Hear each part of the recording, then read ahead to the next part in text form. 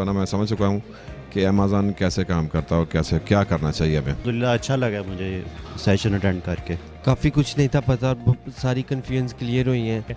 काफ़ी फ्रूटफुल है। तो यहाँ पे आके जो है ना वो ज़्यादा कॉन्सेप्ट क्लियर हुआ है।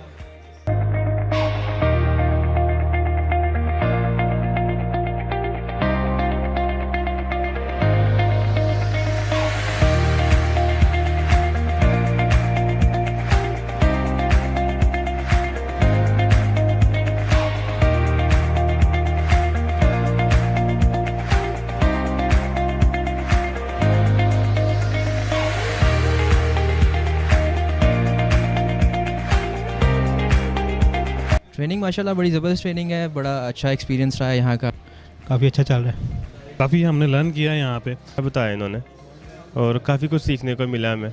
बहुत अच्छा लगा जी, बड़ा इन्फॉर्मेटिव था ये और हमारे लिए फ्यूचर में बड़ा सूदमंद साबित होगा ये इंशाल्लाह ताला। आज का इवेंट ज़बरदस्त था, इस तरह के इवेंट्स होने चाहिए सियालकोट में। तो मेरे जो क्वेश्चन थे आज मुझे वो सारे क्लियर हो गए हैं। अच्छा इवेंट है, अच्छी ऑर्गेनाइजेशन है और ओवरऑल अच्छा है।